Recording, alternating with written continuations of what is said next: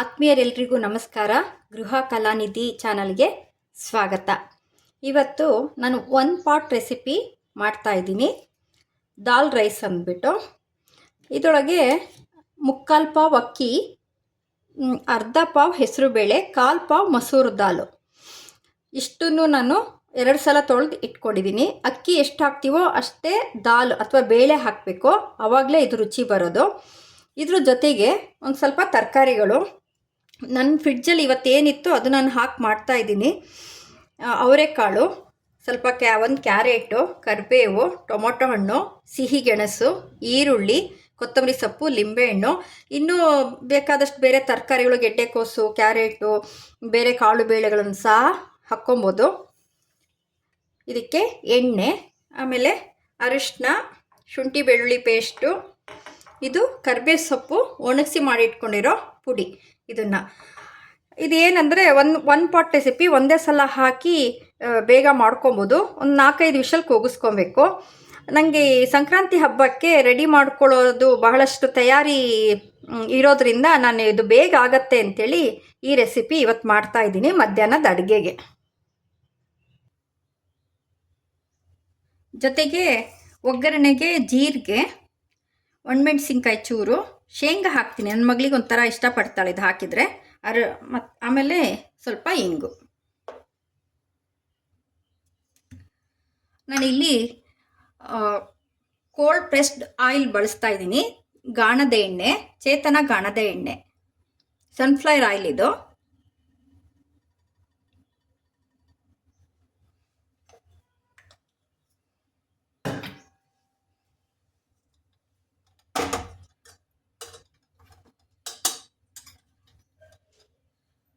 ದಾಲ್ ರೈಸ್ಗೆ ಸಾಸಿವೆ ಸ್ಯೂಟ್ ಆಗಲ್ಲ, ಇದಕ್ಕೆ ಜೀರಿಗೆನೇ ಹಾಕ್ಕೊಬೇಕು. ಜೀರಿಗೆ ಬೇಗ ಕೆಂಪಾಗುತ್ತೆ, ಸೊ ಹಾಗಾಗಿ ಅದ್ರ ಜೊತೆಗೇನೆ ಒಣಮೆಣ್ಸಿನ್ಕಾಯಿ ಚೂರು,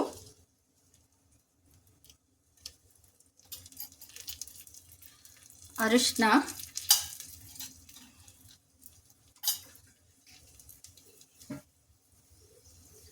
ಶೇಂಗಾ ಬೀಜ,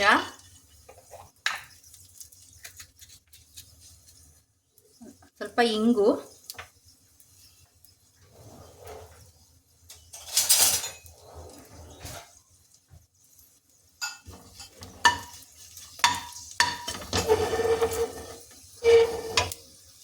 ಜೀರಿಗೆ ಕೆಂಪಾಗಲಿ.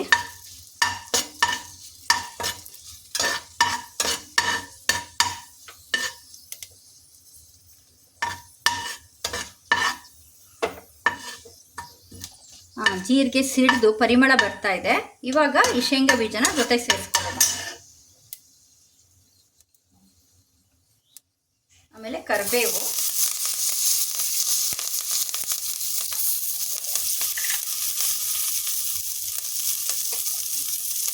ಜೊತೆಗೆ ಶುಂಠಿ ಬೆಳ್ಳುಳ್ಳಿ ಪೇಸ್ಟು.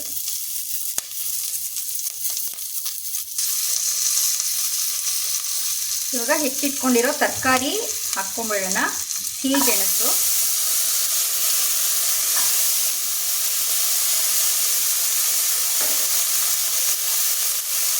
ಟೊಮೊಟೊ,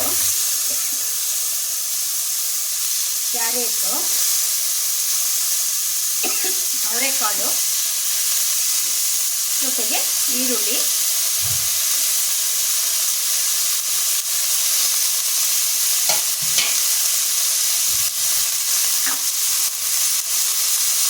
ಒಂದು ಸ್ವಲ್ಪ ಉಪ್ಪು.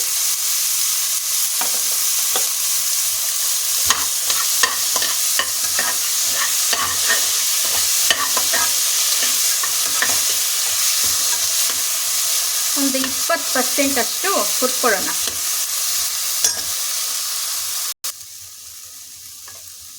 ಇವಾಗ 1-2 ನಿಮಿಷ ಬಾಡಿಸಿದ್ದೀನಿ. ಈ ಹಂತದಲ್ಲಿ ನಾನು ಕರಿಬೇವು ಸೊಪ್ಪನ್ನ ಒಣಗಿಸಿ ಪುಡಿ ಮಾಡಿ ಇಟ್ಕೊಂಡಿರ್ತೀನಿ. ಇದನ್ನು ಒಂದು 1/4 ಚಮಚದಷ್ಟು ಹಾಕ್ಕೊಳ್ತಾ ಇದ್ದೀನಿ.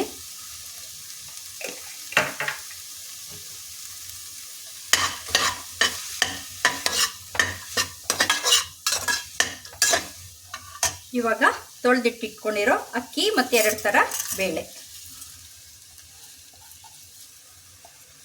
ಇದಕ್ಕೆ ಕಿಚಡಿ ಪೊಂಗಲ್ ಅಂತೇನು ಹೇಳ್ತೀವೋ ಅದರದ್ದು ಅಕ್ಕನೋ ತೆಂಗಿನೋ ಅಂತ ಹೇಳ್ಬೋದು ಈ ದಾಲ್ ರೈಸ್ಗೆ.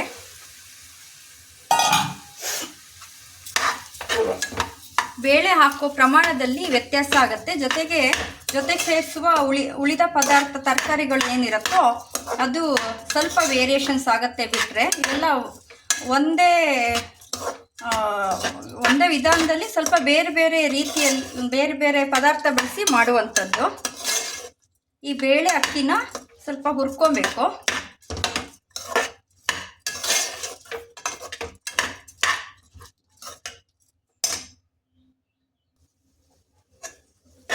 ಇವಾಗ ಅಕ್ಕಿ ಬೇಳೆ ಸ್ವಲ್ಪ ಬಿಸಿ ತಾಗಿದೆ.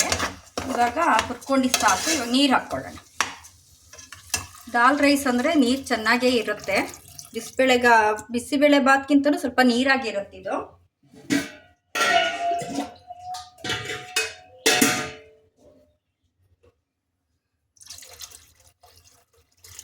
ಅಂದಾಜು ಅಕ್ಕಿ ಮೇಲೆ ಈ ಥರ ಅಕ್ಕಿ ಮೇಲೆ ಒಂದು 3 ಇಂಚು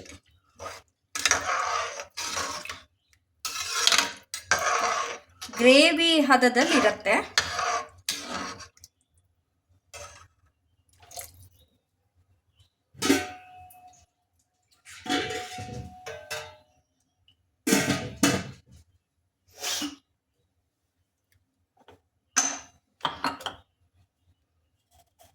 ಇದಕ್ಕೆ ರುಚಿಗೆ ತಕ್ಕಷ್ಟು ಉಪ್ಪು.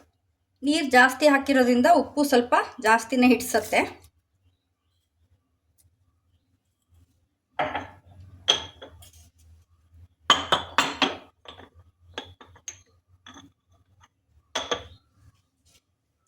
ಜೊತೆಗೆ ಕೊತ್ತಂಬರಿ ಸೊಪ್ಪು,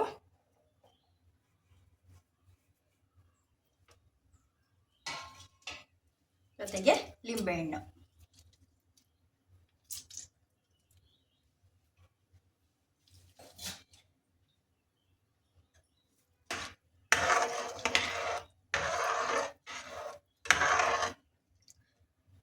ಇದು ಕುದಿ ಬಂದ ಮೇಲೆ ನಾವು ಮುಚ್ಚಳ ಮುಚ್ಚಿ ಒಂದು 5-6 ವಿಷಲ್ ಕೂಗಿಸ್ಕೊಬೇಕಾಗತ್ತೆ. ಇವಾಗ ಚೆನ್ನಾಗಿ ಕುದೀತಾ ಇದೆ. ಇವಾಗ ಕುಕ್ಕರ್ ಮುಚ್ಚಳ ಮುಚ್ಚಿ ಒಂದು 5 ವಿಷಲ್ ಆದರೂ ಕೂಗಿಸ್ಬೇಕು.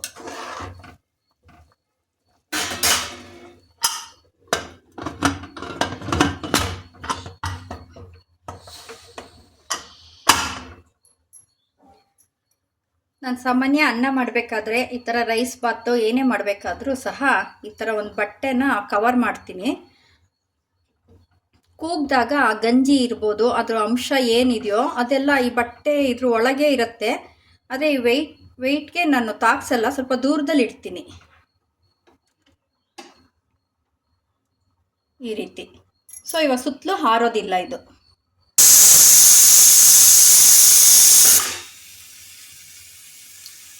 ನೋಡಿ ಕೂಗಿದ್ರು ಆಗ ಅದ್ರದ್ದೇನು ಗಂಜಿ ಒಳಗಡೆ ಏನಿದೆಯೋ ಅದೆಲ್ಲ ಇದ್ರೊಳಗೆ ಬರುತ್ತೆ, ಹೊರಗಡೆ ಹಾರೋದಿಲ್ಲ. ಇದು 5 ವಿಷಲ್ ಆಗಿದೆ, ಆಫ್ ಮಾಡ್ತೀನಿ. ಆರಿದೆ.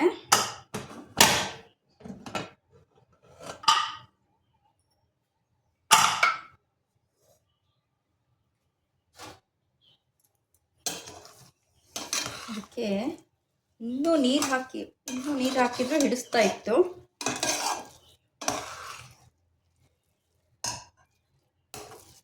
ಇವಾಗ ಬೇಕಾದ್ರೆ ಕುದಿಸೋದಾರೆ ಕುದಿಸ್ಕೊಬೋದು, ಇನ್ನೊಂದು ಸ್ವಲ್ಪ ನೀರು ಹಾಕಿ. ಇಲ್ಲಾಂದರೆ ಇದೇ ಥರ ತಿಂತೀನಿ ಅನ್ನೋದಾದ್ರು ತಿನ್ಬೋದು. ಸಾಮಾನ್ಯ ಪೊಂಗಲ್ಲು ಕಿಚಡಿ ಅಂದರೆ ತುಂಬ ನೀರಾಗಿ ಗ್ರೇವಿ ಥರ ಇರುತ್ತೆ. ಬಟ್ ಇದು ಮೆತ್ತಗಾಗಿದೆ.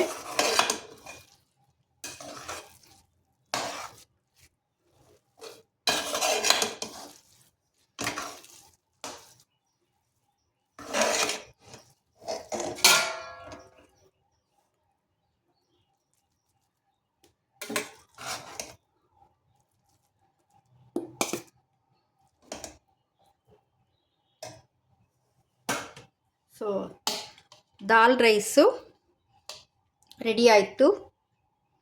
ಮೊಸರು ಮತ್ತು ಒಂದು ಸ್ವಲ್ಪ ಚಟ್ನಿ ಜೊತೆ.